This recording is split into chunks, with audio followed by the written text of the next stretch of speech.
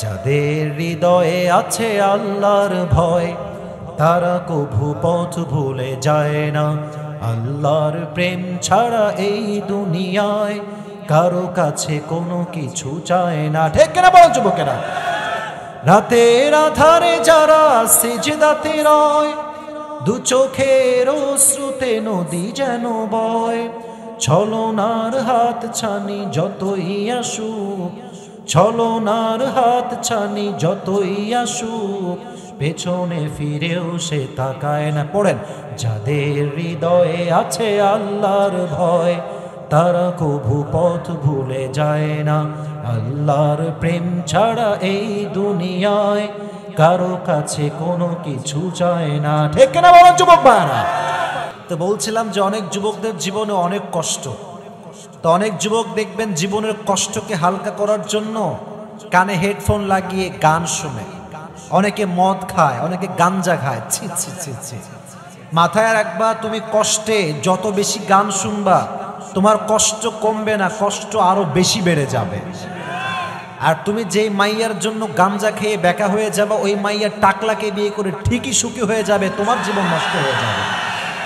তোমাকে তোমার ক্যারিয়ার করতে হবে, এটা মাথায় রাখবা। কথাটা একটু শুনতে হাসি লাগতে পারে, বাট ইটস ট্রু, এটা সত্য কথা।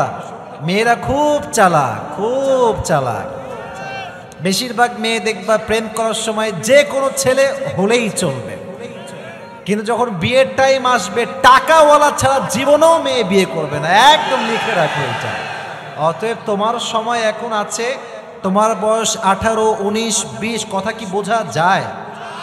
যদি আপনারা রাগ করেন, যদি আমরা শুনবো না এসব, তাহলে বাদ দিলাম, আমি তাফসিরে যাবো ইনশাআল্লাহ। রাগটা করছেন নাকি আপনার যুবক ভাইরা আমার কথা? আমি কিন্তু একতরফা মেয়েদের দোষ দিচ্ছি না, আমি কিছু মেয়েদের কথা বলছি যারা টাকার জন্য সব কিছু করতে রাজি হয়।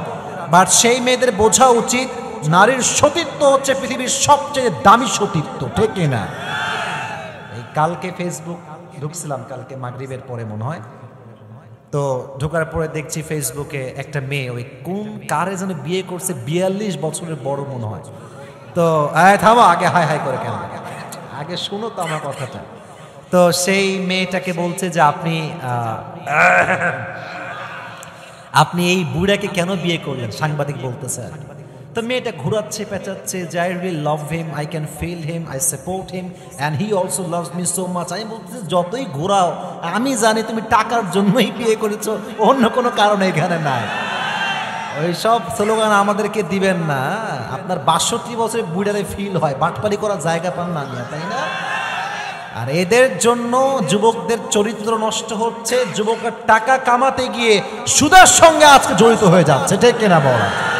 আল্লাহ আমাদের সবাইকে হেদায়াত দান করুক, অনুযায়ী জীবন চালাবার তৌফিক দান করুক, সকলে পড়া আমিন। তো আজকে আমরা যে সূরা থেকে তাফসীর শুনবো, সূরাটা হচ্ছে সূরাতু আলে ইমরান। বলেন সূরাটার নাম কি? আলে ইমরান। আমি কিন্তু সবার থেকে রেসপন্স পাচ্ছি না, কেন যেন আপনার মাঝে মাঝে মরে যাচ্ছে। I don't know why, but you have to answer me loudly man. কারণ আমরা দিনাজপুরের সন্তান, আমরা বিড়ালের বাচ্চার মতো নয়, সিংহের মতো গর্জন দিয়ে আমরা কথা বলবো। সূরাটার নাম কি? মাশাআল্লাহ। আয়াত সংখ্যা হচ্ছে 102। বলেন আয়াত সংখ্যা কত? 102। এই আয়াতে আল্লাহ তাআলা আমাদেরকে অ্যাড্রেস করে দুটি মেসেজ দিয়েছেন। যুবক ভাইরা, কয়টা মেসেজ? দুইটা। Number 1, Allah says in this ayah, Ya ayyuhalladhina amanu ittaqullaha haqqa tuqatih wa la tamutunna illa wa antum muslimun. The first message is, O you who believed, fear your Lord as he should be feared.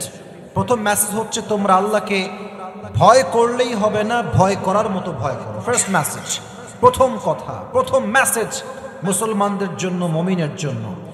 Second message, ওয়ালা তামুতুন্না ইল্লা ওয়া আনতুম মুসলিমুন, and do not die expect as a Muslim. যদি মরতেই হয় প্রকৃতপক্ষের মুসলিম হয়ে মরতে হবে। এই দুটি মেসেজ দিয়ে আল্লাহ তাআলা এই আয়াতকে শেষ করেছেন। তো প্রথম মেসেজ হচ্ছে এইরকম, আওয়াজ করবেন না, ডানে কেন আওয়াজ করছে কেউ? একটু সাউন্ড চুপ করে দিবেন প্লিজ, এটা আর কইরেন না আপনারা। প্রথম মেসেজ, আমরা পৃথিবীর কোনো মানুষকে ভয় পাই না, কোনো মন্ত্রীকে ভয় পাই না। আমরা ভয় পাই শুধুমাত্র এক সত্তাকে। আওয়াজ দিয়ে বলেন তো তিনি কে? আল্লাহকে আমরা ভয় পাই। আল্লাহ বলছেন ইত্তাকুল্লাহ। অপর আয়াতে আল্লাহ তাআলা বলেছেন ফাত্তাকুল্লাহা মাস্তাতা'তুম, fear your Lord as much as you can fear, যতটুকু তোমার পারা যায় সর্বোচ্চ সাধ্য থেকে তুমি তোমার রবকে ভয় করো। ফাত্তাকুল্লাহা মাস্তাতা'তুম, যতটুকু তুমি পারো ভয় করতে থাকো আল্লাহকে। এখন এই যে ভয়, এটাকে আরবিতে বলা হয় তাকওয়া। যুবকেরা বলো, এটাকে বলা হয় কি? আমি শুরুতেই বলছি, তোমাদের এই ওয়াজটা জীবনে অনেক অনেক অনেক চেঞ্জিং আনবে, অনেক পরিবর্তন আনবে। একটু মনোযোগ দাও। আর শোনো, তুমি মাথায় রাখবা, তুমি যে আমার 1 ঘন্টার ওয়াজ শুনছো যুবক, তুমি আমার পুরো জীবনের একটা স্টাডির একটা অংশ শুনছো। আমি 10 বছর যা অর্জন করেছি আমি 1 ঘন্টায় তা দিচ্ছি। অতএব তুমি মনে করো হুজুর ওয়াজ করলো ঠিক বেঠিক কাঁপায় দিব বলে, না না না, এখানে ঠিক বেঠিক বলাটা মূল ফ্যাক্ট নয়। কতটুকু শুনছি, কতটুকু মানছি, এটা হচ্ছে মূল ফ্যাক্ট। ঠিক কিনা বলেন যুবকেরা?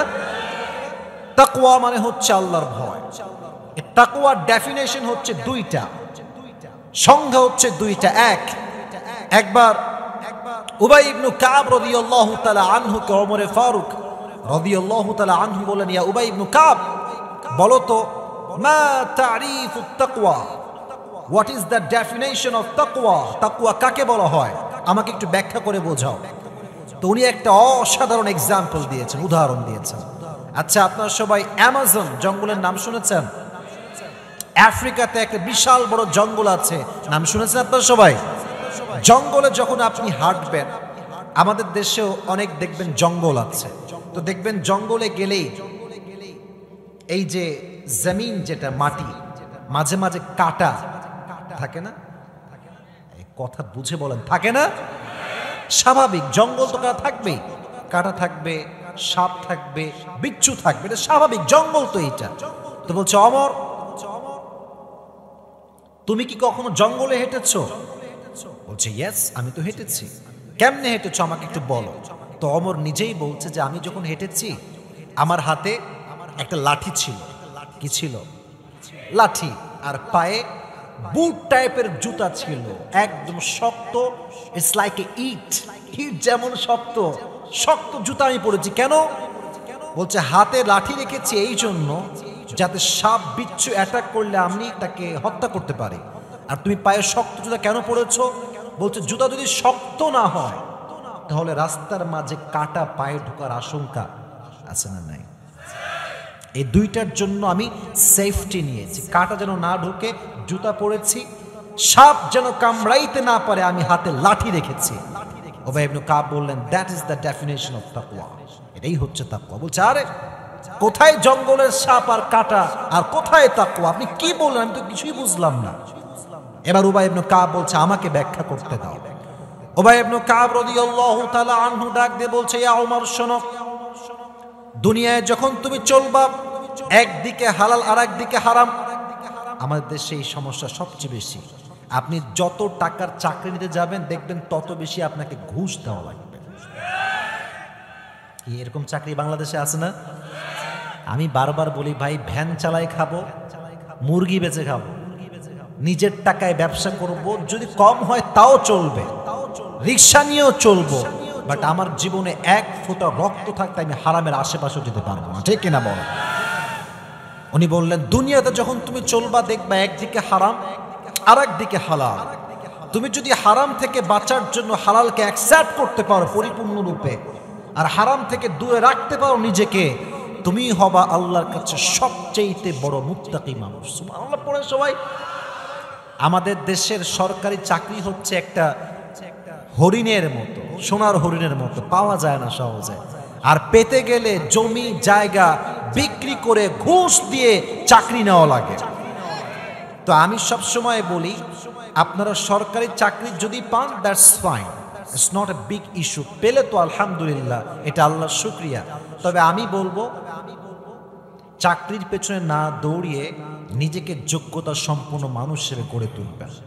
মাথায় রাখবেন, একজন সাধারণ মানুষ যে হয়তোবা 10 পাস করেছে, তার মেধাকে খাটিয়ে সে এমন যোগ্যতা অর্জন করেছে যে 10 পাস একজন লোকের আন্ডারে 10,000 মাস্টার্স কমপ্লিট করা পাস করা লোক তার আন্ডারে কাজ করে। কথাকে আমি মিথ্যা বলেছি না সত্যি বলেছি? আচ্ছা, আপনার সবাই ঢাকার নাম শুনছেন? ঢাকা গাজীপুর নাম শুনছেন? গাজীপুরের নাম শুনছেন না আপনারা? গাজীপুরে যদি যান কখনো দেখবেন যে বিশাল বড় বড় গার্মেন্টস কারখানা। আমি অনেকের সঙ্গে পরিচিত আমার আছে, কথাবার্তা হয়, তো দেখেছি যারা গার্মেন্টসের বিশাল বড় বড় মালিক 10 পাস করছে, কেউ 8 পাস করছে, কেউ আবার পড়াশোনাই করে নাই, বাট যেই বড় গার্মেন্টস কয়েক কোটি টাকার বিজনেসটা, জাস্ট আইডিয়া, যোগ্যতা, স্কিলস ডেভেলপ। তুমি মাথায় রাখবা তোমার চাকরি তোমাকে কখনো বড়লোক করবে না, বাট ব্যবসা করবা তুমি নিমিষে বড়লোক হয়ে যাবে। এটা আমার কথা, নবীজির কথা। যদি জীবনে বরকত আনতে চাও, চাকরির পেছনে নয়, যোগ্যতা এবং ব্যবসা নিয়ে কাজ করতে হবে। ঠিক কেনা বলো যুবকেরা? অতএব যেই চাকরি আমরা করি না কেন, হারাম চাকরি করব না হালাল চাকরি করব। এটা আমি শুনে আমি আবার যেতে চাই দ্বিতীয় হাদিসে। বলেন, হারাম চাকরি না হালাল চাকরি? হালাল। এটা হচ্ছে 1 নাম্বার ডেফিনেশন। হালালকে অ্যাকসেপ্ট করব, হারামকে অ্যাভয়েড করব। যেই করবে সেই হচ্ছে মুত্তাকি। সুবহানাল্লাহ পড়বেন না আপনারা সবাই? তাকওয়ার দ্বিতীয় ডেফিনেশন হচ্ছে, তাকওয়া মানে হচ্ছে no one can see but Allah can see, no one can observe but Allah can observe. যেটা কেউ দেখে না, কেউ শোনে না, সেটা শোনে একজন, দেখে একজন। তিনি কে? রাতের বেলা যখন তোমরা যুবক ভাইয়েরা, হাজারো যুবক দেখবেন, আমি তোমাদের কথা বলছি না, জানি না কে কেমন, এখানে আমি ওকে চিনিও না। অনেক যুবক আছে কবে যে ফজর নামাজ জামাতের সঙ্গে পড়েছে বলতেই পারবে না। আপনার কথা বলছি না, আমি অনেকের কথা বলছি। কবে পড়েছে ও বলতে পারবে না। কেমনে বলবো? রাত 3টা 4টা পর্যন্ত জান খাইছো, কি করো, কোথায় আছো? রাত 3টা 4টা পর্যন্ত যে যুবক লুচ্চামি করে গার্লফ্রেন্ডের সঙ্গে, সে ফজর নামাজ জামাতে পড়বে কেমন করে? ঠিক কিনা বলেন যুবক ভাই? কেউ দেখে না, কেউ শোনে না, শোনে একজন, আওয়াজ দিয়ে বলেন তো তিনি কে? এজন্য এটাকে বলা হয় তাকওয়া। যদি কেউ এটাকে মাথায় ধারণ করতে পারে যে আল্লাহ আমাকে দেখছে। আচ্ছা, আমাদের দেশে তো দুর্নীতি নাই মনে হয়? না না, নাই, একদমই নাই। এত আস্তে বললেন কেন? আছে, জোরে বলেন, আছে না নাই? এটা ছোট কোনো করাপশন নয়। তুমি কি বোঝো যুবক? তুমি তো আছো ব্যাংকের কুয়ার মতো। এই দেশের কোটি কোটি টাকা, হাজার কোটি টাকা বিদেশের মাটিতে পাচার করে দেওয়া হয় দেশ থেকে। ঠিক কিনা বল? করাপশন। তারা কি বলছে যে আমারে আমার নেতারা না জানলে হইল, আল্লাহ আমার তো দেখবেই না। অথচ আল্লাহ দেখছে কি দেখছে না? দেখছে। আচ্ছা বলেন তো, ইসলামের একজন খলিফা যিনি সবচেয়ে বেশি বীর পুরুষ ছিলেন, যিনি নবীকে তরবারি দিয়ে আঘাত করতে এসে নিজে কালেমা পড়ে মুসলিম হয়েছেন, তার নাম কি? ওমরে ফারুক। তাকওয়া কারে কয়? তাকওয়ার গুণ কারে কয়? আমি বুঝাই দিব আজকে ইনশাআল্লাহ। ওমরে ফারুক একদিন রাতের অন্ধকারে বের হয়েছেন রাষ্ট্রের খবর নেওয়ার জন্য, কে কোন অবস্থায় আছে দেখার জন্য। হঠাৎ করে এক বাসার সামনে তিনি থ মেরে দাঁড়িয়ে গিয়েছেন। দেখছেন বাসার ভেতর থেকে 2 জন কথা বলছে, মেয়ে এবং মেয়ের মা। বলেন যুবকেরা, মেয়ে এবং মেয়ের মা। তো ওমর শুনছেন যে what they are talking about, তারা কি বলছে। তো মাথায় একটা আওয়াজ আসছে কানে, যে মা বলছে, এই যে দুধের একটা পেয়ালা নিয়ে এসে বলছে, এই শোন, দুধের পেয়ালায় তুই এখন পানি মিশাবি, সকালবেলাটাকে আমরা বেশি ওজনে বেশি দামে বিক্রি করব। তো মেয়ে বলছে, আম্মা জান, no no, I am so sorry, আমি পারবো না। কারণ আপনি কি ওমরের নাম শোনেন নাই? বলছে, হ্যাঁ শুনেছি। আমাদের রাষ্ট্রনায়ক, তিনি তো ফরমান জারি করেছেন যে রাষ্ট্রের কেউ কখনো দুধের সঙ্গে পানি মিশাতে পারবে, আমি পারবো না। তখন মা বলছে, আরে পাগলি, ধর, doesn't make any sense. Omar কোথায় এখন? রাত বাজে 2টা, ওমরের 14 গোষ্ঠীর কেউ এখানে নাই, মিশা, ধুমাইয়া মিশা। তো মেয়ে একটা কথা বলেছে, that is my main message, এটা আমার মূল কথা। মেয়ে বলছে, আম্মা জান, কেউ দেখে না, রাত বাজে 2টা, ওমর নাই, র‍্যাব নাই, বিডিআর নাই, কেউ নাই, no one is here and no one can see us. কেউ দেখছে না, কেউ দেখবে না, বাট আমি যদি এই অন্ধকার রাতেও এই অন্যায়টা করি, আমাকে আরশে আজিম থেকে দেখবে একজন, তিনি কে? এই কথা শুনে ওমর একটু নাড়াচাড়া দিয়ে উঠছে, ঠাস করে কেঁপে উঠছে। আরে যুবতী মেয়ের মাঝে এত ভয়! আজকালকার আমাদের দেশে মেয়েরা নষ্ট হচ্ছে মাত্র 14 বছর 13 বছর বয়সে শেষ হয়ে যাচ্ছে। এবং আজকাল, আচ্ছা রাগটা করবেন না, আমি যা বলি সত্য বলি, দেখে বলি, বুঝে বলি। আজকালকার 6 7 মেয়েরাও প্রেম করে বেড়ায়, টিকটক চালায় বেড়ায়। যদি বিশ্বাস না একটু খেয়াল করে দেখেন আপনি। আর এই সমস্ত টিকটকের পাল্লায় পড়ে ছোট্টবেলায় মেয়েরা সতীত্ব পর্যন্ত হারিয়ে ফেলে, ঠিক না বল? ওমরে ফারুক বলছে, আরে এত কম বয়সে এতটা আল্লাহর ভয়! তো উনি এক কাজ করেছেন, এদিকে তাকান। গেটের যে সাইডে জায়গা থাকে না, গেটের সাইডে জায়গা, দেওয়াল যেটা, ওখানে চিহ্ন দিয়েছেন আগামীকাল উনি আসবেন এই জন্য। এবার তিনি বাসায় ফিরে গিয়েছেন।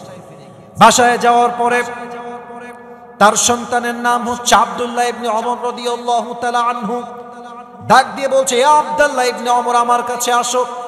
বলছে, আব্বাজান হঠাৎ করে জরুরি তলব কেন, আমাকে ডাকলেন কেন? বলছে, আব্বা তুমি কি বিয়ে করবা? প্রথম কথা, বিয়ে করবা?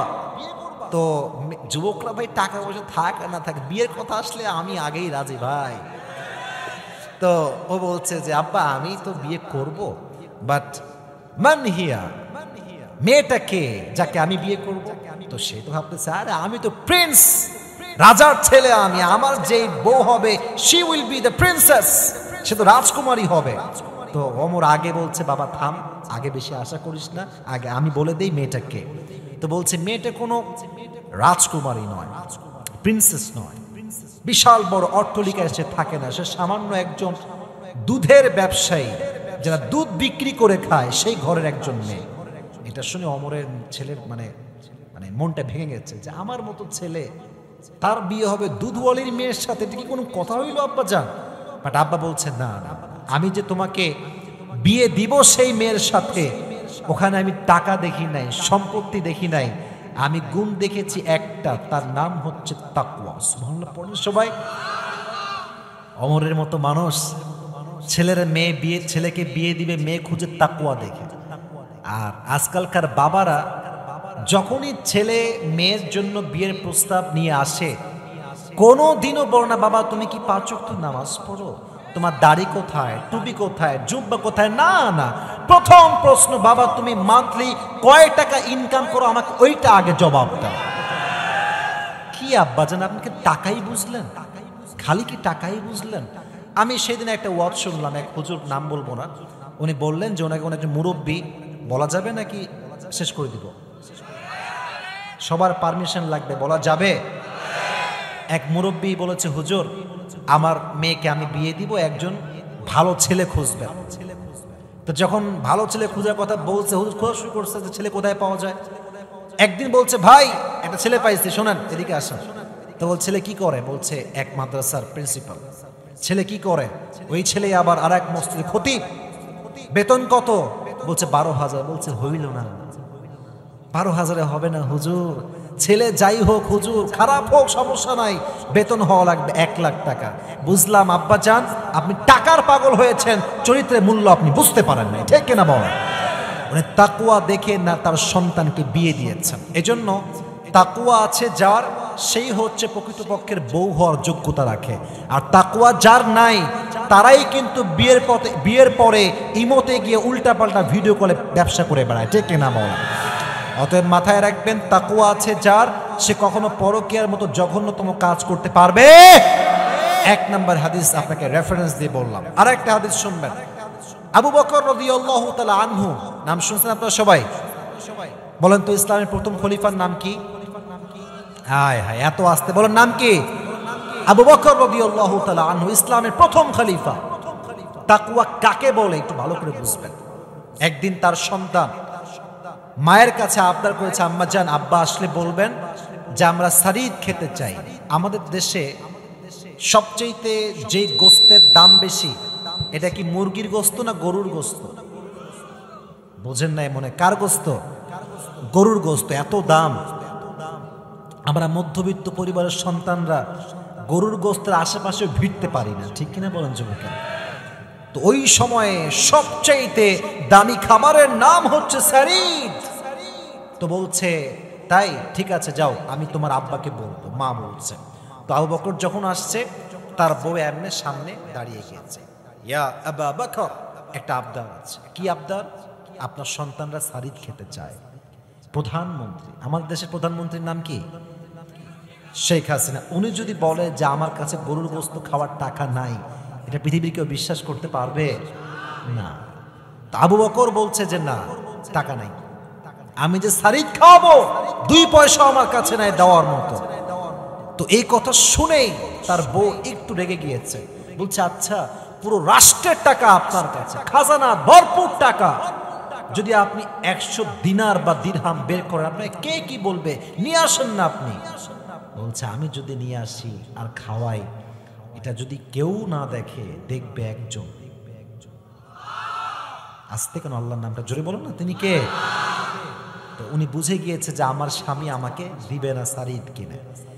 এইভাবে করে 2-3 মাস পার হয়ে গিয়ে সারিদ খাওয়ার কোনো খবর নাই। প্রায় কয়েক মাস পরে আবু বকর ঘরে আসছে যখন, তার বিবি তার সামনে একটা ছোট্ট প্লেট নিয়ে আসছে, প্লেটে রাখা আছে সারিদ। ডাক দিয়ে বলছে ও স্বামী, আপনাকে কয়েক টুকরা সারিদ খাওয়াতে চাই, একটু আমার থেকে গ্রহণ করবেন। যখন তার পেটে সারিদ দেখতে পেয়েছে, আবু বকর ডাক দিয়ে বলছে আমার বিবি তুমি এই সারিদ কই থেকে পেয়েছো? এবার ডাক দিয়ে বলছে আবু বকর, আপনি যে প্রত্যেক মাসে আমাকে হাত খরচে টাকা দেন, হাত খরচ মান্থলি, এই খরচ থেকে টাকা বাঁচিয়ে বাঁচিয়ে সামান্য কয়েক টাকা বাঁচাতে বাঁচাতে আজকে 3 মাস বা 4 মাস পরে আমি আমার সন্তানদের আবদার পূরণ করবার জন্য সারিদ ক্রয় করে নিয়ে আসছি। সুবহানাল্লাহ বলবেন না? উনি নিলেন, এদিকে তাকান, আমার হাতের দিকে নিয়ে খেলেন। খাওয়ার পরে সোজা সংসদ ভবনে গেলেন। রাষ্ট্রের মন্ত্রী, এমপি, ব্যারিস্টার, যত পুলিশ, আর্মি, বিডিআর, র্যাব, দায়িত্বশীল সবাইকে ডাকলেন মজলিসে শুরা। সবাই তো অবাক, কিরে এত দ্রুত সবাইকে তলব কেন, কি হয়েছে আবু বকরের? বলছে তোমরা আমাকে কি স্যালারি দাও, যাই দাও না কেন এটা আজ থেকে কমায় দাও। তো মাঝখান থেকে একজন যুবক দাঁড়াইছে, বলছে একটা প্রশ্ন করবো, রাগ করবেন না তো? বলছে না না, বলো কি হয়েছে। বলছে আচ্ছা আপনি তো আমাদেরই কাজ করেন, বেতন বেশি হলে সমস্যা কোথায়, রাখেন আপনি, কোনো সমস্যা আমাদের নাই। তো উনি বলছেন রাষ্ট্রের থেকে আমি 2 পয়সা মেরে খাবো আর আমি জাহান্নামের আগুনে পড়ব, এটা আমি আবু বকর এক মুহূর্তের জন্য সহ্য করতে পারবো না। সুবহানাল্লাহ পড়ে সবাই। রাষ্ট্রের সামান্য 1 পয়সা মেরে খাবে, তাও সে একমত হতে পারে নাই আল্লাহর ভয়ের জন্য। আর আজকে আমাদের দেশের সব এলাকার নাম বলছি না, সব জেলার নাম বলছি না, সব বিভাগের নাম বলছি না, সামান্য একটা সরকারি পদ পেলে লক্ষ কোটি টাকা তারা মারতে এক মুহূর্ত বোধ করে না, ঠিক কিনা বল? আল্লাহর ভয় নেই, একমাত্র কোন আল্লাহর ভয় নেই। আর একদিন ওমর ফারুক রাদিয়াল্লাহু তাআলা আনহু জুমার মেম্বারে দাঁড়িয়ে আমরা কি দেই যুবক ভাইয়েরা, হুজুররা কি দেই? খুতবা। এই তো আমার অডিয়েন্স, মাশাআল্লাহ। জুমার খুতবারে আমরা যখন দাঁড়াই, আমরা দাঁড়িয়ে সব শ্রোতাকে সামনে নিয়ে ওয়াজ করি। এই হাদিসটা আপনার দিলকে টাচ করবে। এটা শুনলে আমারও মাঝে মাঝে মানে হৃদয়ে একটা কাঁপুনি তৈরি হয় যে আমিও মনে হয় অনেক অন্যায় করছি, হয়তো মানুষের হক আমি নষ্ট করেছি। তো একজন মাঝখান থেকে যুবক দাঁড়িয়ে গিয়েছে ওমরের সামনে, বলছে এই ওমর, আপনার এই জুব্বা যে পরে আছেন, জুব্বা এত লম্বা কেন? এই জুব্বা এত লম্বা কেমনে হলো আপনার? আপনি কি রাষ্ট্রের টাকায় মেরে খেয়েছেন? এই কথা বলে একদম পুরো মজলিসকে থ মেরে দিয়েছে, সব অবাক। রাষ্ট্রপ্রধানকে এই প্রশ্ন? আমি হাদিস যখন এটা বলি ভাই, আমার মনে হয় যে আমাদের দেশের প্রধানমন্ত্রী তো বহুত দূরের কথা, একটা নেতার চামচাকেও যদি একটা কথাকে উল্টা পাল্টা বলে ওর পিঠের চামড়া খুঁজে পাওয়া যাবে না। পাতি নেতার চামড়া যে মানে ভাব, কি বাপ রে বাপ। আর কিছু কিছু ছেলে পেলে আছে দেখবেন বাপের টাকা পয়সা একটু বেশি, হ্যাঁ, একটা বাইক কিনে দিয়েছে, এফজেড, ফেজার, R15, হ্যাঁ, জিক্সার যা আছে, এমন গিয়ার মারে রাস্তাঘাটে, মনে হয় বাপের রাস্তার বাপ বানায় দিয়ে গিয়েছে, ঠিক না? ভাবে বাঁচে না। বাপ, আমার বাপ চেয়ারম্যান, তোর বাপ চেয়ারম্যান, তুই কে? তুই কে? তুই কে? তোর বাপ চেয়ারম্যান বুঝলাম, তোর বাপ কোম্পানি মালিক বুঝলাম, তোর পরিচয় কি?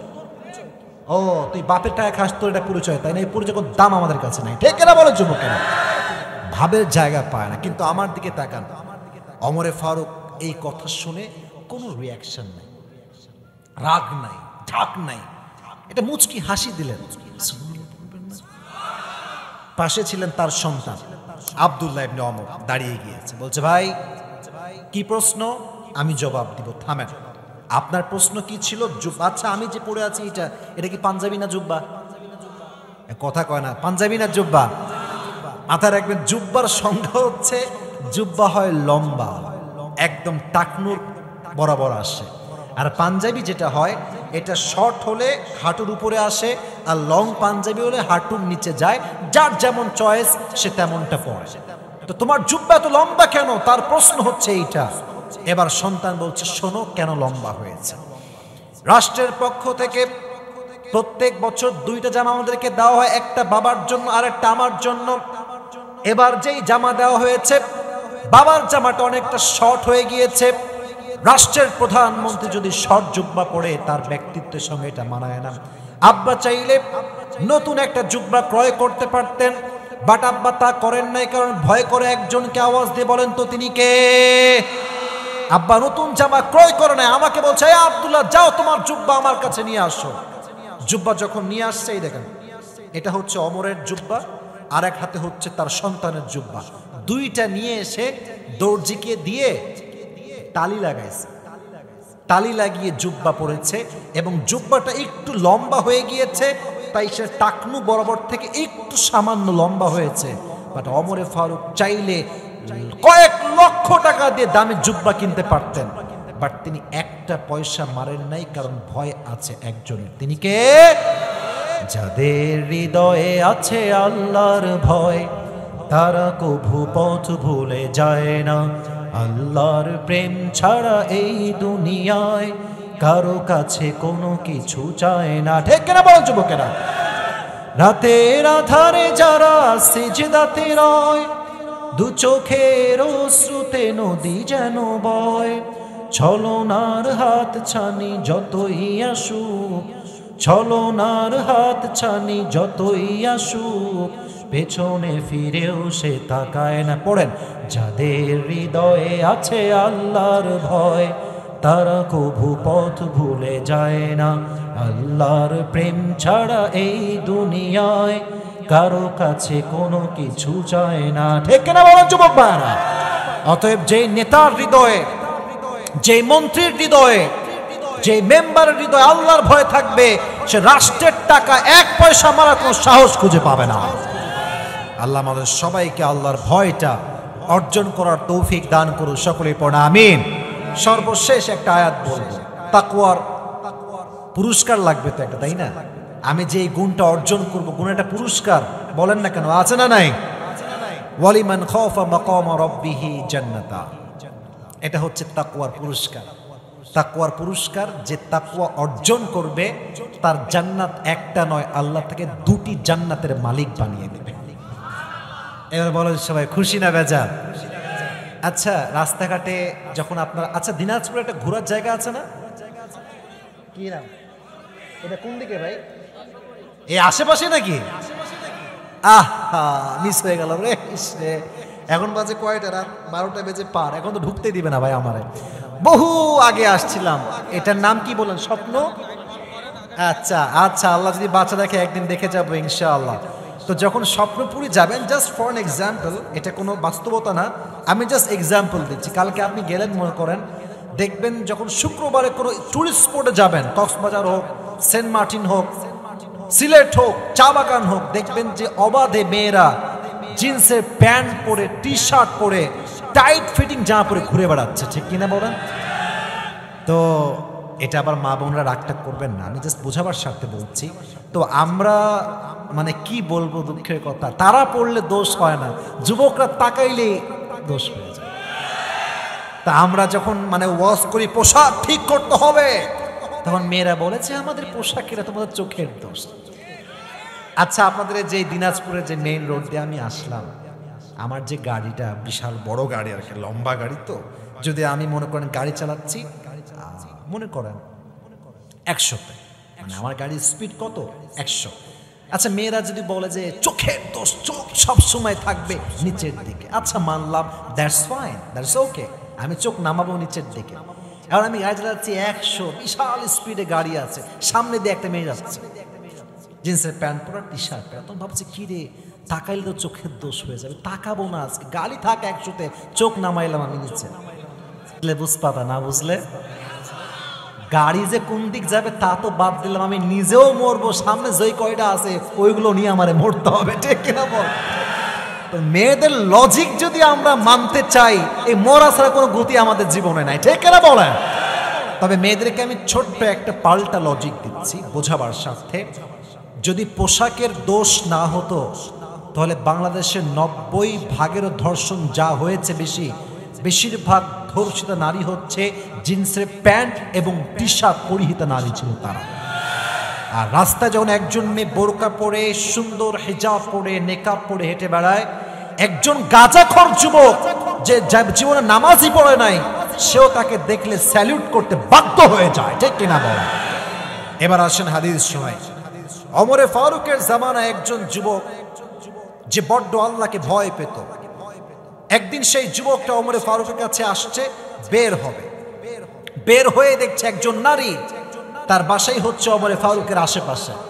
তাকে দেখে বলছে, তোমাকে আমার বড্ড পছন্দ, আমি তোমার সঙ্গে একটা সম্পর্ক করতে চাই। তো যুবক বলছে, অসম্ভব, এটা আমি করতে পারবো না, মানে আমার হৃদয়ে ভয় আছে একজনের। আওয়াজ দিয়ে বলেন তো তিনি কে?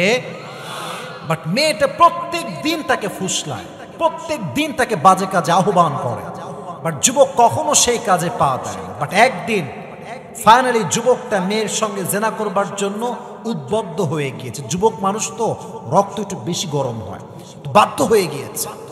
এবার আমার দিকে তাকান, চোখ নয় আমার হাত দেখেন। এটা হচ্ছে মেয়ের বাসার দরজা। আমার কথা বুঝতে কোনো সমস্যা হচ্ছে না তো আপনাদের? এটা হচ্ছে মেয়ের বাসার চৌখাট, এটা হচ্ছে যুবকের পা।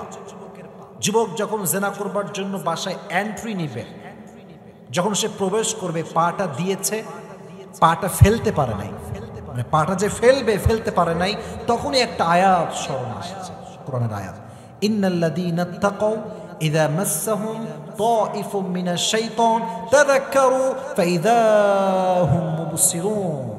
এর অর্থ হচ্ছে, যেই বান্দা আল্লাহকে ভয় করে, যখনই তাকে শয়তান কোনো ওয়াসওয়াসা দেয়, তখনই সেই বান্দা আল্লাহকে স্মরণ করে, এমন অবস্থায় যেন সে আল্লাহকে দেখতে পাচ্ছে। সুবহানাল্লাহ, জোরে সোরে পড়লেন না আপনারা? এই আয়াত যখনই স্মরণ আসছে, এই পা দেখেন, পাটা এদিকে দিয়ে উল্টা হয়ে অজ্ঞান হয়ে পড়ে গিয়েছে, সেন্সলেস, জ্ঞান হারিয়ে গিয়েছে। এবার ওই মেয়ে যখন বাসার থেকে বের হয়েছে যুবকের সঙ্গে বাজে কাজ করবার জন্য, বের হয়ে দেখছে যুবকটা অজ্ঞান হয়ে পড়ে আছে। ওই মেয়ে ভাবছে যুবক মনে মরে গেছে, শেষ। এবার ওকে তুলে ওর লাশটা ওর বাবার বাড়ির সামনে রেখে দিয়ে আসছে।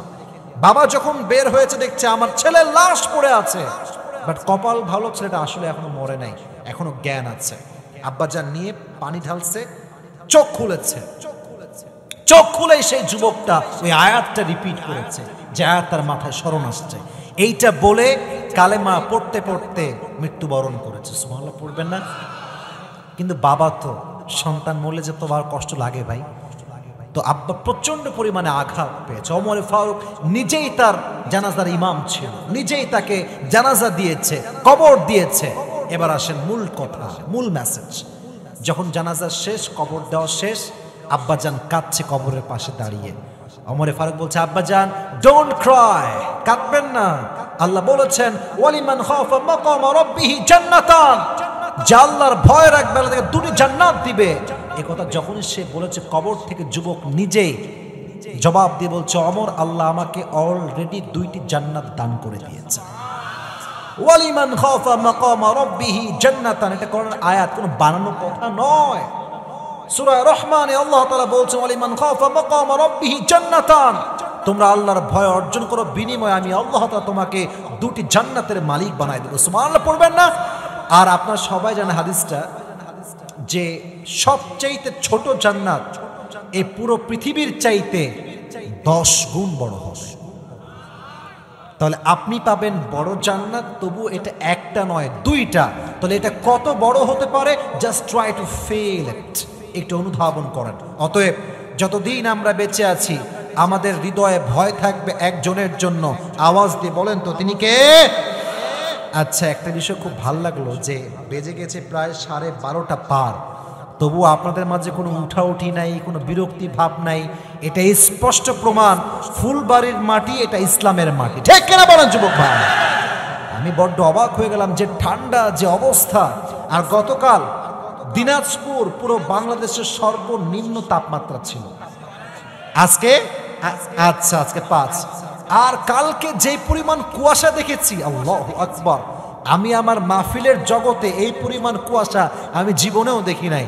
গাড়ি চলেছে মাত্র 10 বা 15তে। তো আজকে কুয়াশা তুলনামূলক অনেকটা কম আছে, তাই ঠান্ডা মনে একটু কম লাগছে। তো আপনারা আমাকে যদি সময় দেন, আমি সেকেন্ড মেসেজটা নিয়ে কিছু কথা বলে তারপরে দোয়া করব। বলা যাবে ইনশাআল্লাহ? কেউ রাগটা করবেন না তো ইনশাআল্লাহ? তাহলে একজন যুবককে আমি চাই যার বউটো কেউ নাই, সিঙ্গেল পার্টি, সে দাঁড়িয়ে একটা বাঘের বাচ্চার মতো তাকবীর দিবে দাঁড়িয়ে। কে আছে?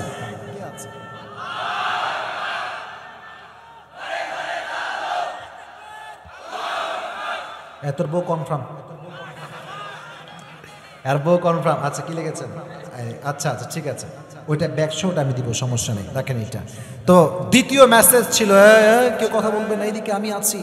বড্ড খুশি হয়েছি, আপনারা কোরআন প্রেমিক মানুষ, কোনো সন্দেহ নাই। এবং আমি যেখানে যাব আমি বুক ফুলিয়ে বলবো দিনাজপুরের মাটি হচ্ছে সব ইসলাম প্রেমিকদের মানুষ। ঠিক কিনা বলেন যুবক ভাইয়ারা? আমার বড্ড ভাল লাগছে আজকে ওয়াজ করে, সত্যি খুব ভাল লেগেছে আজকে। 2 নাম্বার মেসেজটা আমি বলতেছি, জাস্ট আমার নলেজে যা আছে আমি বলতেছি। ওয়ালা তামুতুন্না ইল্লা ওয়া আনতুম মুসলিমুন। এর অর্থ হচ্ছে মুসলমান না হয়ে মৃত্যুবরণ করা যাবে না। আচ্ছা, প্রশ্ন করি সবাইকে, আমরা কি হিন্দু না মুসলমান? একটু মন খুলে বলবেন না যে আমরা কি? আমরা কি খ্রিস্টান না মুসলমান? আমরা কি বৌদ্ধ না মুসলমান? এই যে মুসলমান হয়েছেন সবাই, খুশি না বেজার? শুধু যে মুসলমান হয়েছেন এজন্য মুসলমান হয়ে শুকরিয়াতান সকলেই পড়েন আলহামদুলিল্লাহ। তো আল্লাহ তাআলা বলছেন তুমি মুসলমান হয়ে মরবা। আমরা তো মুসলমান হয়েই আছি, তার মানে বোঝা গেল আমাদের মুসলমান হওয়া আর আল্লাহর মুসলিম হয়ে মৃত্যুবরণ করার আদেশ পার্থক্য আছে। আমরা মুসলিম হয়েছি নামে, কাজে মুসলমান হইতে পারি নাই। আপনি দেখবেন বাংলাদেশের অনেক মসজিদের সভাপতি ঘুষ খায়, সুদ খায়। আমি কোনো মসজিদ চিনি না, দিকে তো আমি আসিনি জীবনে কখনো। আমি আমারটা বলতেছি, আমি জীবনে অনেক দেখেছি যার বউ পর্দা করে না সে মসজিদ সেক্রেটারি হয়ে বসে আছে। যে জীবনে 5 ওয়াক্ত নামাজ কখনো একদিনে জামাতের সঙ্গে পড়ে নাই সে মসজিদের সবচেয়ে বড় দায়িত্ব নিয়ে বসে আছে। ঠিক কিনা বলেন? আবার দেখবেন এরাই এসে ইমাম সাহেবকে, ইমাম সাহেব কি খবর, কেরাটা তো লম্বা হলো কেন, ওরে বাটপা। আর দেখবেন কিছু লোক আছে পুরো সপ্তাহ কোনো খবর নাই, জুমার দিন আসে কেমনে লুঙ্গি বানতে বানতে আসে, যখন ইমাম সাহেব আল্লাহু আকবার দিছে কেমন, আর যখনই সালাম ফিরাবে বামে ফিরানোর আগেও লুঙ্গি তুলে দৌড় মারে। আবার এই লোকটা চায়ের দোকানে বসে বসে হুজুরদের বদনামার গীবত করে বেড়ায়। এদেরকে দেখলে মন চায় পিটাই ধরে, বাট আমাদের তো সে শক্তি নাই। আমরা হেদায়েতের দোয়া করে এদেরকে হেদায়েত দান করব। আমিন। আল্লাহ বলছেন প্রকৃত পক্ষের মুসলিম হওয়া, এটা আমার শেষ কথা বলছি, এটা আমার শেষ কথা। প্রকৃত পক্ষের মুসলিম যে হতে চায়, এটা হচ্ছে কপাল, এটা হচ্ছে নাক, এটা হচ্ছে চোখ, এটা হচ্ছে গাল, এটা হচ্ছে হাত, এটা হচ্ছে পা। প্রকৃত পক্ষের মুসলিম যদি কেউ হতে চায়, প্রত্যেকটা অঙ্গ প্রত্যঙ্গকে যে হারাম থেকে বাঁচাতে পারবে, হাদিসে এসেছে, সেই হবে প্রকৃত পক্ষের মুসলিম। এবার আসেন আমার চোখ দিয়ে বোঝাই। চোখটা মুসলিম কেমনে হবে? যখন আপনি এই চোখ দিয়ে বাজে কোনো ভিডিও মোবাইল ফোনে না দেখবেন। এই চোখটা মুসলিম তখন হবে মেয়েদের জন্য যখন এই চোখটা দিয়ে মেয়েরা স্টার জলসা আর বলিউড মুভি না দেখবে। ঠিক কিনা বলেন যুবকেরা? এই চোখটা পবিত্র তখন হবে যখনই রাস্তায় কোনো বেগানা মহিলা হেঁটে যাবে, চোখটা নামাবেন আর সঙ্গে সঙ্গে পড়বেন আস্তাগফিরুল্লাহ। এই এত আস্তে কেন? সবাই বলেন আস্তাগফিরুল্লাহ। যে তার চোখকে হেফাজত করবে আল্লাহ তাকে প্রকৃত পক্ষের মুসলিম হিসেবে কবুল করবে। সুবহানাল্লাহ পড়লেন না সবাই? এটা হচ্ছে আমার হাত, এটা কেমনে মুসলমান হবে? আমার মোবাইলটা কোথায়? মোবাইলটা একটু বের করে বোঝাই। এই যে আপনি, এটা হচ্ছে একটা টাচ ফোন, যা করেন স্ক্রিনে টাচ, যা করবেন টাচ করবেন, এটা আপনার আঙ্গুল দিয়ে করছেন। আপনি একটা পর্নোগ্রাফিতে ক্লিক করবেন, এটা আপনি কি দিয়ে ক্লিক করবেন? আঙ্গুল দিয়ে। বলেন কি দিয়ে?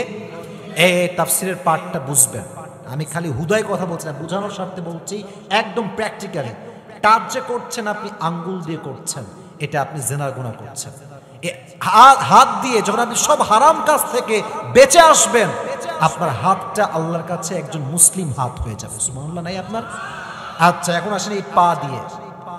অনেকে বলবে হুজুর পা দিয়ে আবার কিসের গুনাহ? পা দিয়ে গুনাহ হচ্ছে আপনার বাড়ির পাশে একটা হল আছে, সিনেমা হল।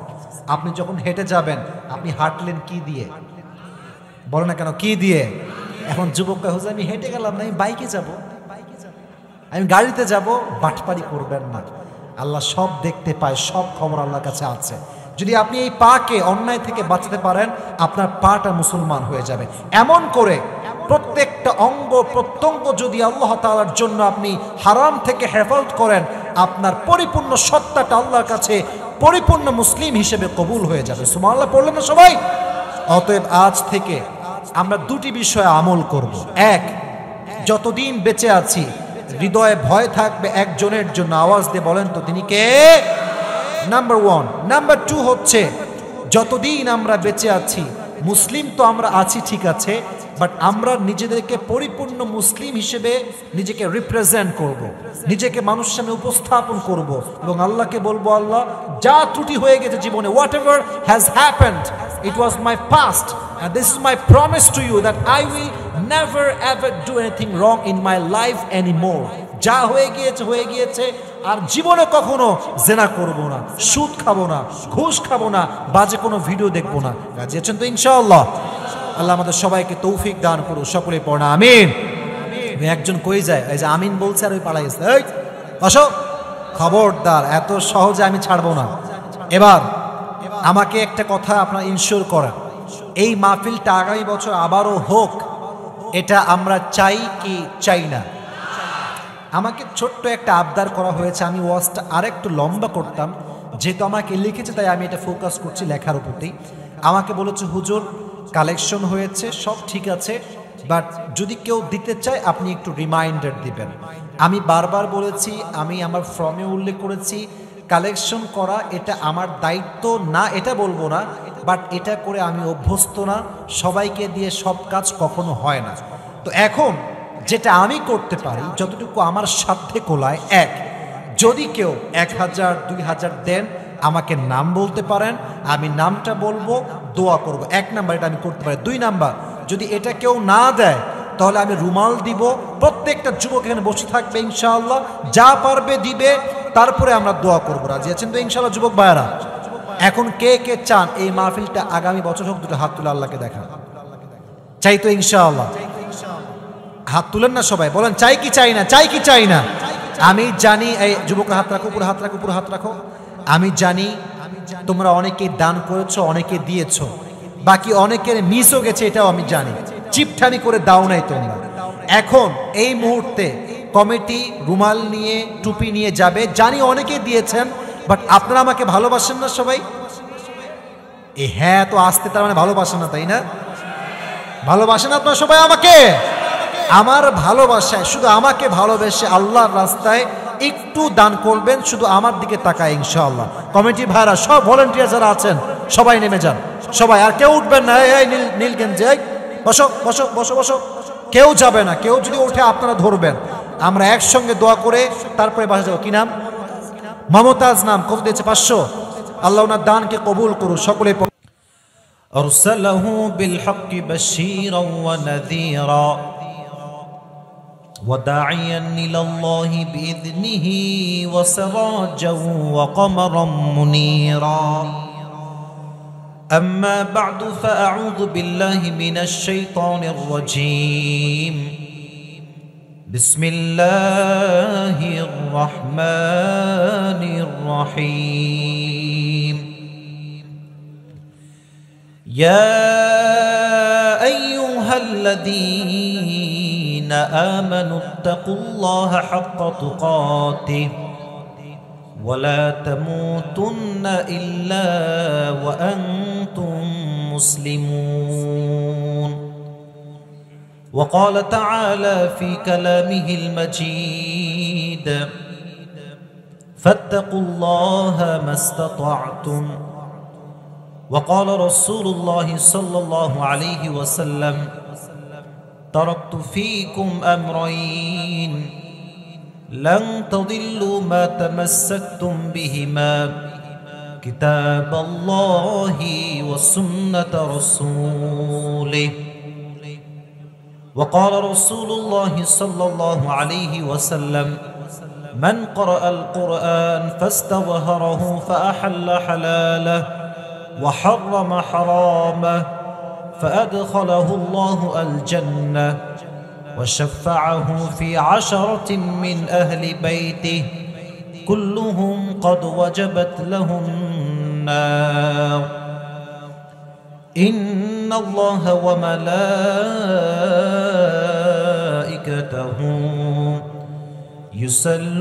يصلون على النبي يا أيها الذين آمنوا صلوا عليه وسلموا تسليما. اللهم صل على محمد وعلى آل محمد كما صليت على إبراهيم وعلى آل إبراهيم إنك حميد مجيد. দিনাজপুরের কথা বলে কি ওখানে? কি কথা বলে? এক কথা বন্ধ করেন ভাই, খুব হাসি বলে মজা মনে হইতেছে।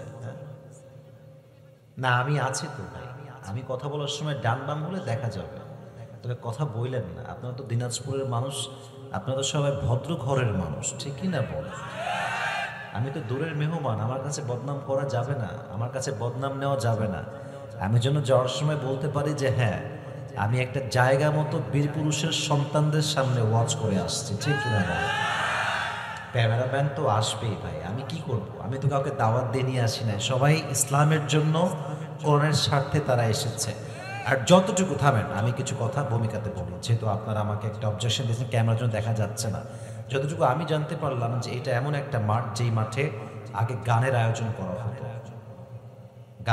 করা হতো, কিন্তু এই বিগত 3 বছর থেকে এই মাহফিল মানে এই মাঠে মাহফিলটা হচ্ছে। তো যে যুব সমাজ একটা সময় গান শুনতো, যাত্রাপালা করতো, তারা যদি কোরআনের পথে আসে, মাথায় রাখবেন তারা ইউটিউব থেকে, ফেসবুক থেকে আজকে আলেমদের বক্তব্য শুনে তাদের জীবনটা অনেকটাই আজকে পরিবর্তন হয়ে গিয়েছে। আমরা যদি মিডিয়াতে কাজ না করি, এই যে কিছু বাটপার আছে যারা বেশিরভাগ ইমামদেরকে গালি দিয়ে কথা বলে, উল্টাপাল্টা কাজ কারবার করে, মেয়েদের সঙ্গে ওপেনলি লুচ্চামি করে, এরা গোটা মিডিয়াকে নষ্ট করে রেখে দিবে, ঠিক কিনা বাবু? এদের জন্য হলো আমাদের ইসলামের কাজের প্রচারের জন্য মিডিয়ার দরকার আছে। তো মিডিয়া যেহেতু এসেছে, একটু মানায় নেন, মানা নিলে জীবনটা সুন্দর হয়। মেহেরবানি করে এগুলো নিয়ে আর কোনো মারামারি করবেন না। আমি যতক্ষণ পর্যন্ত আছি একটা শান্ত শিষ্ট পরিবেশ চাই। একটি আয়াত তেলাওয়াত করেছি, সে আয়াত থেকে তাফসীর পেশ করতে চাই, তারপরে দোয়া করে আমরা বাসায় যাবো। রাজি আছেন তো ইনশাআল্লাহ? আর আমি কাউকে ধমক দিতে একদমই পছন্দ করি না। আমার ওয়াজ আপনার হয়তো বা যদি শুনে থাকেন, আমি অলওয়েজ মুচকি হাসি দিয়ে কথা বলি, কারোর সঙ্গে আমার কোনো বিদ্বেষ নাই। যে আমার বদনাম করে আমি তার প্রশংসা করি, এটা আমার ব্যক্তিগত একটা অভ্যেস। আমার কথা হচ্ছে একটা, ধমক দিয়ে নয়, ঝাড়ি দিয়ে নয়, ভালোবাসা দিয়ে গোটা বিশ্বকে জয় করতে হবে, ঠিক কিনা? তো আমি এখানে ঝাড়ি দেওয়ার জন্য আসি নাই। আপনারা আমাকে ভালোবাসেন, আমিও আপনাদেরকে ভালোবাসি। আর ডানে বামে জায়গা একটু চাপাচাপি হয়ে যাচ্ছে মনে হয়, মেহেরবানি করে সবাই স্পেস নিয়ে দাঁড়াবেন বা বসবেন ইনশাআল্লাহ। কোনো ভিড়াভিড়ি চাপাচাপি করবেন না। আর মিডিয়ার ভাইদের যদি কাজ হয়ে যায়, হয় ডানে যাবেন, বামে চেপে যাবেন, না হয় বসে যান। কারোর জন্য যদি আমাকে দেখতে সমস্যা হয়, সেলফির জন্য বা মারামারির জন্য, এটা কিন্তু আমি সহ্য করতে পারবো না। কারণ প্রত্যেকটা যুবক যদি আমাকে না দেখে, ওদের মন আজকে ভরবে না, ঠিক আছে না?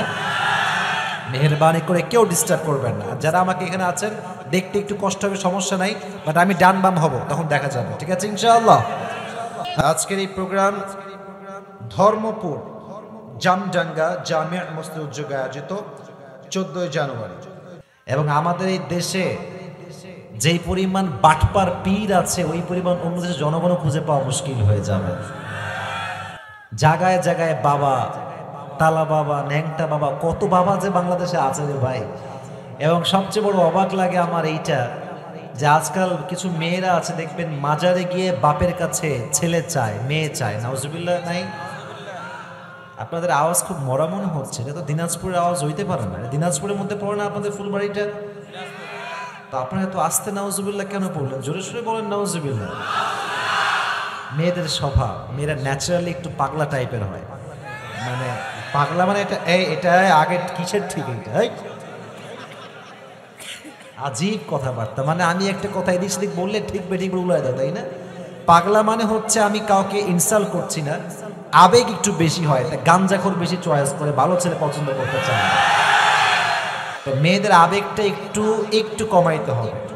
মাথায় রাখবেন, সন্তান ছেলে হোক কিংবা মেয়ে হোক, দেওয়ার মালিক একজন। আওয়াজ দিয়ে বলেন তো তিনি কে? আমাদের স্পষ্ট বক্তব্য, আমরা কোনো মা বোনকে অসম্মান করে কথা বলি না। আমার মাও একজন নারী, আমার বোনও একজন নারী। নারী জাতকে যে সম্মান দিয়ে কথা বলতে পারে না তার চরিত্রের সমস্যা আছে, ঠিক কিনা বলেন যুবকেরা? তো আমরা যদি ভুল না ধরিয়ে দিয়ে মা বোন তো নষ্ট হয়ে যাবে। আমরা যদি ভুল না ধরিয়ে দিয়ে মা বোন তো ভুল বুঝতে পারবে না। আমি অনেক মেয়েকে দেখেছি যে এই মেয়েগুলো যুবকদের চরিত্র নিয়ে খেলে, যুবকদের জীবন নিয়ে খেলতে এরা খুব বেশি মজা পায়। কিন্তু এদের বোঝা উচিত, কারো জীবন নষ্ট করে কেউ কখনো সুখী হতে পারে নাই, আজীবনেও পারবে না। এজন্য আল্লাহ তাআলা আমাদের সবাইকে মানুষের জন্য কাজ করার তৌফিক দান করুক। মানুষ যেন আমরা সামনে কথা বলতে পারি, ইসলামের দাওয়াত দিতে পারি, আল্লাহ সবাইকে সেই তৌফিক দান করুক। সকলে মন করে পড়েন আমিন। আজকে এই মাহফিলে কি মা বোনরা আসছে নাকি? ইন্না লিল্লাহ। তার মানে কি প্রথমের কথা শুনে ফেলছে নাকি আমার? আচ্ছা, কোন সাইডে আছে? পেছন সাইডে আছে। আপনাদের সাথে বেশি আছে? ওরে বাবা রে বাবা। মা বোনদের বিরুদ্ধে কিন্তু আমি কথা বলি না ভাই, মাফ করবেন, ঠিক আছে? আমি কিন্তু যেটা বলি বাস্তবতা বলি। এবং মা বোনদের অধিকার নিয়ে যা আমি কথা বলি, তো মা বোনরা হয়তো বা জানে যে মা বোনদের সমস্যা, অধিকার যা আছে, উইমেন্স রাইট, আমি এগুলো নিয়ে মাঝে মাঝেই কথা বলি। অতএব ভাবার কোনো দরকার নাই যে আসিফ হুজুর মনে হয় নারী বিরোধী লোক। না না না, আমি এরকম টাইপের একদমই লোক না। বাট মাঝে মাঝে যা বলি বিরুদ্ধে গেলে বুঝে নেবেন যে আমি আপনার সলিউশন দিচ্ছি আপনাকে, আমি আপনাকে ঠিক করতে চাই। হুজুররা যখন কারো বিরুদ্ধে কথা বলে, এটা বিরুদ্ধের কথা নয়, হুজুর ভালোবাসে বলেই ভুলটা ধরিয়ে দেয়, ঠিক কিনা বলেন যুবকেরা? অতএব আমাকে কেউ এনিমি ভাববেন না, শত্রু ভাববেন না। আমি যা যা বলি আল্লাহ আমাকে যেন সঠিক কথা বলার তৌফিক দান করে। সকলে পড়ে আমিন। তো আমার দিনাজপুরের ফুলবাড়ির যুবক ভাইয়েরা কেমন আছেন আপনারা সবাই? আলহামদুলিল্লাহ। ওয়াজ তো কেবল শুরু হলো। যুবকদের কথা যখনই আমি বলবো বুঝবেন যে ওয়াজ কেবল শুরু হয়েছে। কারণ আমার ওয়াজের যত পয়েন্ট আমি বেশি উল্লেখ করি, এর 80 ভাগও বেশি, বলতে গেলে 80 ভাগেরও বেশি আমি যুবকদেরকে অ্যাড্রেস করে কথা বলি। এখন অনেকের অবজেকশন যে আসিফ হুজুর যুবকদেরকে নিয়ে বেশি কথা কেন বলে, কি স্বার্থে বলে? স্বার্থ অনেকগুলো আছে, তবে একটা স্বার্থ বলবো, গোটা বিশ্বের যেই প্রান্তে ইসলামের রাজ কায়েম হয়েছে, যত বিপ্লব ঘটেছে, সমস্ত বিপ্লব যুবকদের মাধ্যমে ঘটেছে।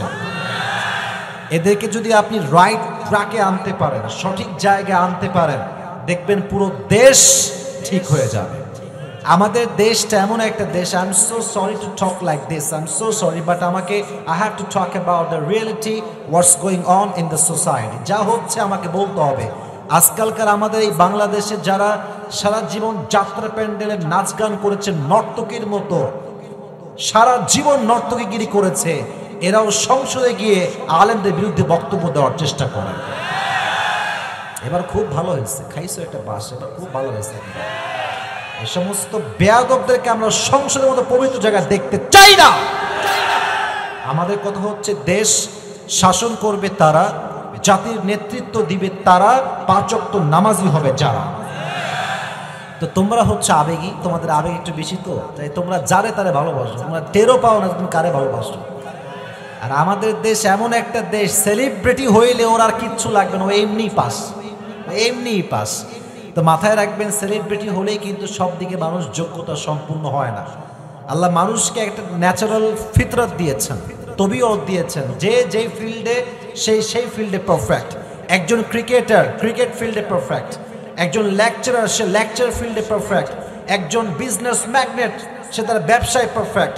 এখন কেউ যদি অন্য প্রফেশন থেকে আর এক প্রফেশনে গিয়ে হিটলারি করে, বুঝতে হয় মাথায় সমস্যা শুরু হয়েছে, ঠিক কিনা বল?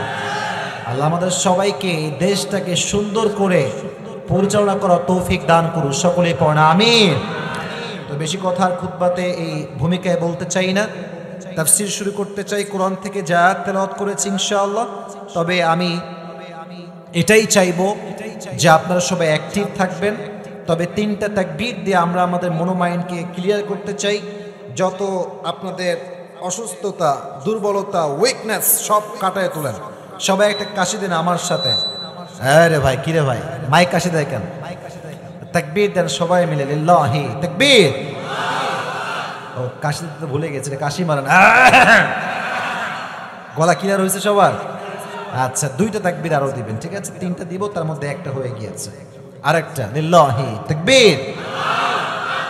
এবার বাঘের বাচ্চার মতো একদম গর্জন দিয়ে কথা, গর্জন দিয়ে তাকবীর দিবেন, লিল্লাহি তাকবীর। আল কোরআনের আলো,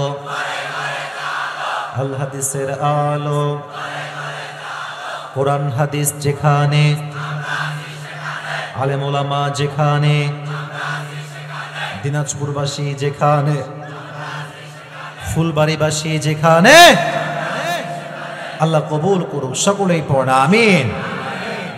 আজকে আমরা যে কিতাব থেকে তাফসীর শুনবো, এই কিতাবটার নাম, না দিনাজপুরের সাউন্ড খুব মোড়ামোড় লাগে আজকে, কিতাবটার নাম বলতে সমস্যা আছে, বলো নাম কি?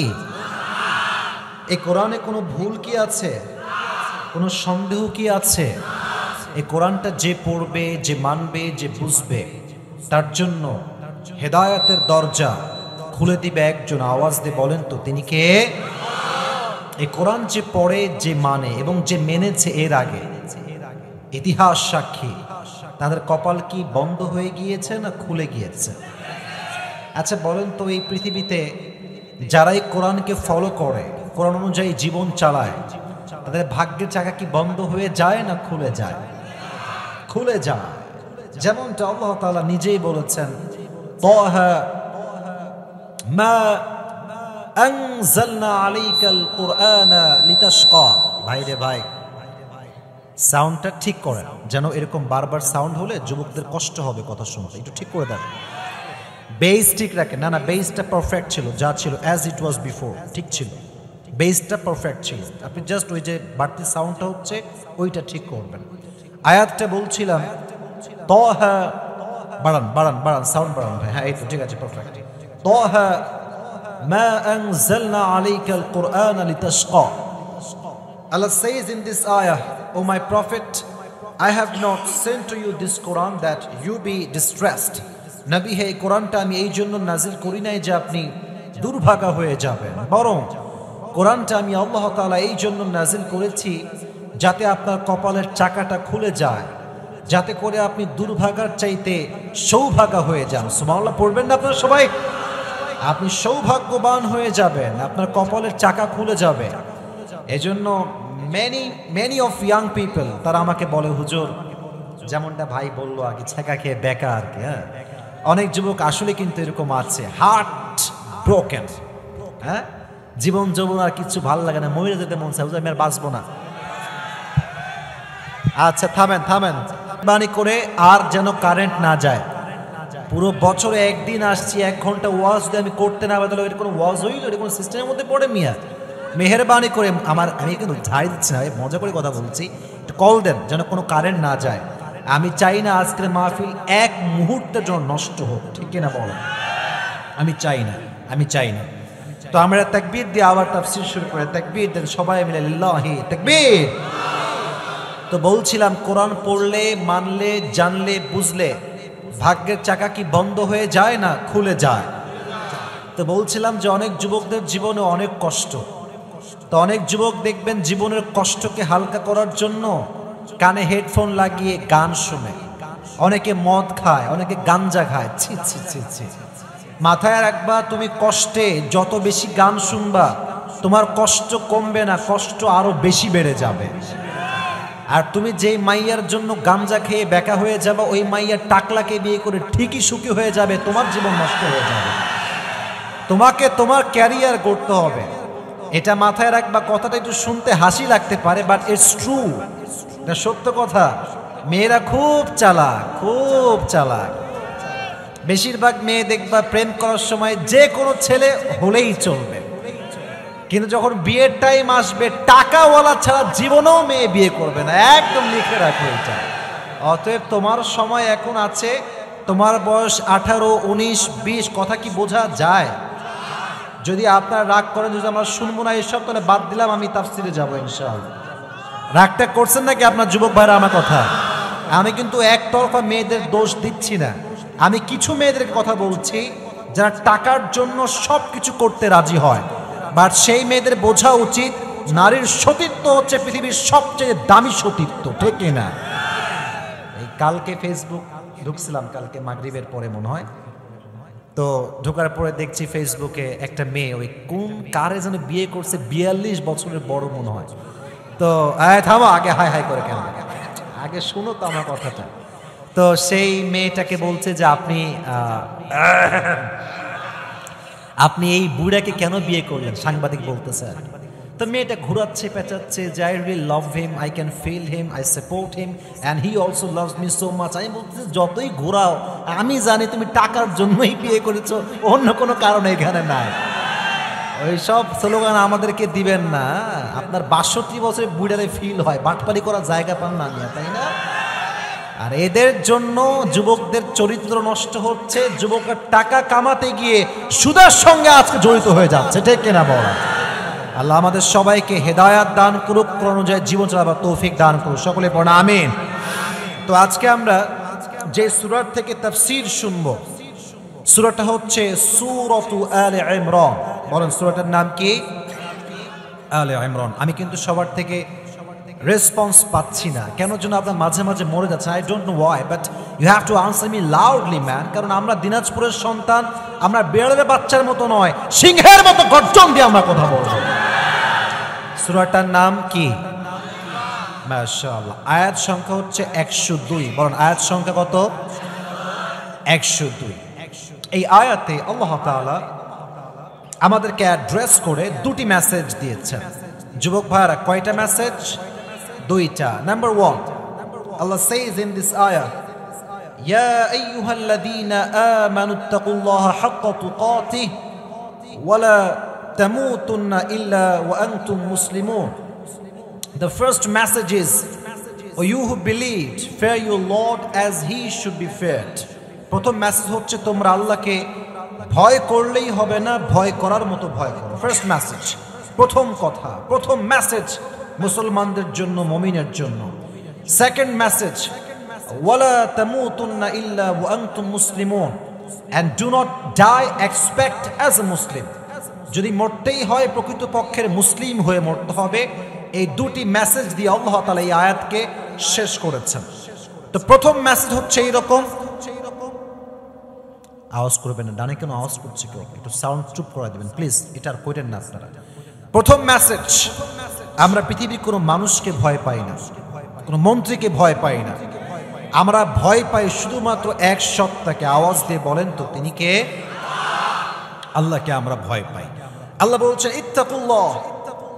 অপর আয়াতে আল্লাহ তাআলা বলেছেন ফাত্তাকুল্লাহা মাস্তাতা'তুম, fear your Lord as much as you can fear, as much as you can fear. যতটুকু তোমার পারা যায় সর্বোচ্চ সাধ্য থেকে তুমি তোমার রবকে ভয় করো। ফাত্তাকুল্লাহা মাস্তাতা'তুম, যতটুকু তুমি পারো ভয় করতে থাকো আল্লাহকে। এখন এই যে ভয়, এটাকে আরবিতে বলা হয় তাকওয়া। যুবকেরা বলো, এটাকে বলা হয় কি? আমি শুরুতেই বলছি, তোমাদের এই ওয়াজটা জীবনে অনেক অনেক অনেক চেঞ্জিং আনবে, অনেক পরিবর্তন আনবে। একটু মনোযোগ দাও আর শোনো। তুমি মাথায় রাখবা, তুমি যে আমার 1 ঘন্টার ওয়াজ শুনছো যুবক, তুমি আমার পুরো জীবনের একটা স্টাডির একটা অংশ শুনছো। আমি 10 বছর যা অর্জন করেছি আমি 1 ঘন্টায় তা দিচ্ছি। অতএব তুমি মনে করো হুজুর ওয়াজ করলো ঠিক বেঠিক কাঁপায় দিব বলে, না না না, এখানে ঠিক বেঠিক বলাটা মূল ফ্যাক্ট নয়, কতটুকু শুনছি কতটুকু মানছি এটা হচ্ছে মূল ফ্যাক্ট। ঠিক কিনা বলেন যুবকেরা? তাকওয়া মানে হচ্ছে আল্লাহর ভয়। তাকওয়ার ডেফিনেশন হচ্ছে দুইটা, সংজ্ঞা হচ্ছে দুইটা। একবার উবাই ইবনে কাব রাদিয়াল্লাহু তাআলা আনহু কে ওমর ফারুক রাদিয়াল্লাহু তাআলা আনহু বলেন, ইয়া উবাই ইবনে কাব, বলো তো মা তারিফুত তাকওয়া, what is the definition of তাকওয়া, তাকওয়া কাকে বলা হয়, আমাকে একটু ব্যাখ্যা করে বোঝাও। তো উনি একটা অসাধারণ এক্সাম্পল দিয়েছেন, উদাহরণ দিয়েছেন। আচ্ছা, আপনারা সবাই অ্যামাজন জঙ্গলের নাম শুনেছেন? আফ্রিকাতে একটা বিশাল বড় জঙ্গল আছে, নাম শুনেছেন আপনারা সবাই? জঙ্গলে যখন আপনি হাঁটবেন, আমাদের দেশেও অনেক দেখবেন জঙ্গল আছে, তো দেখবেন জঙ্গলে গেলেই এই যে জমিন, যেটা মাটি, মাঝে মাঝে কাটা থাকে না? কথা বুঝে বলেন, থাকে না? স্বাভাবিক, জঙ্গল তো কাটা থাকবেই, কাটা থাকবে, সাপ থাকবে, বিচ্ছু থাকবে, এটা স্বাভাবিক, জঙ্গল তো এইটা। তো বলছে অমর,